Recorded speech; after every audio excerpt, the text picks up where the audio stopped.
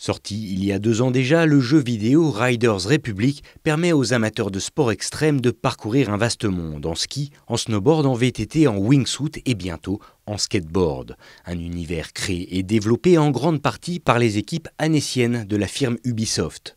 Et malgré les années d'expérience, un jour de lancement est toujours un moment délicat.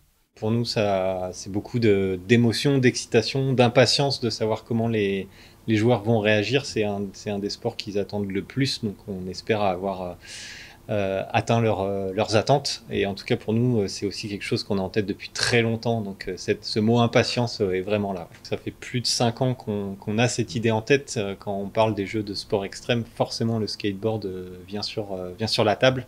On a pris le temps de le faire, on a pris le temps d'y réfléchir, de savoir quand c'était le bon moment, est-ce qu'on avait la bonne technologie, le bon savoir-faire pour y arriver. Et puis tout s'est aligné là et maintenant c'est prêt.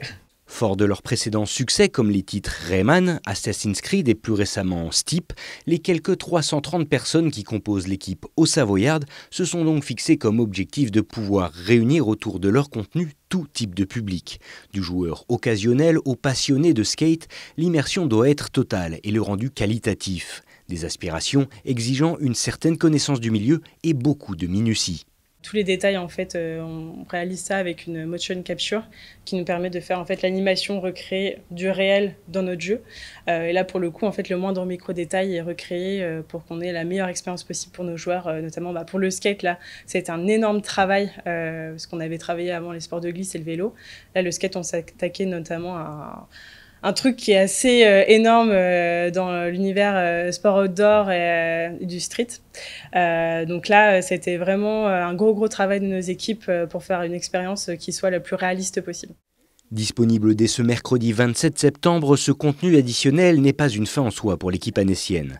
Car c'est maintenant une toute nouvelle phase d'étude et de surveillance qui va débuter afin de jauger l'accueil réservé par les joueurs. C'est sûr, on a le plaisir du jour du lancement de savoir que les joueurs vont pouvoir découvrir ça, mais maintenant on sait aussi que les prochaines semaines vont être importantes pour être sûr qu'on a bien répondu à leurs attentes, qu'on puisse éventuellement corriger les problèmes s'il y en a, et se projeter sur le futur parce que l'aventure ne s'arrête pas là. Notre volonté, c'est de continuer à proposer à notre communauté de fans dans Riders Republic encore plus d'expériences à venir.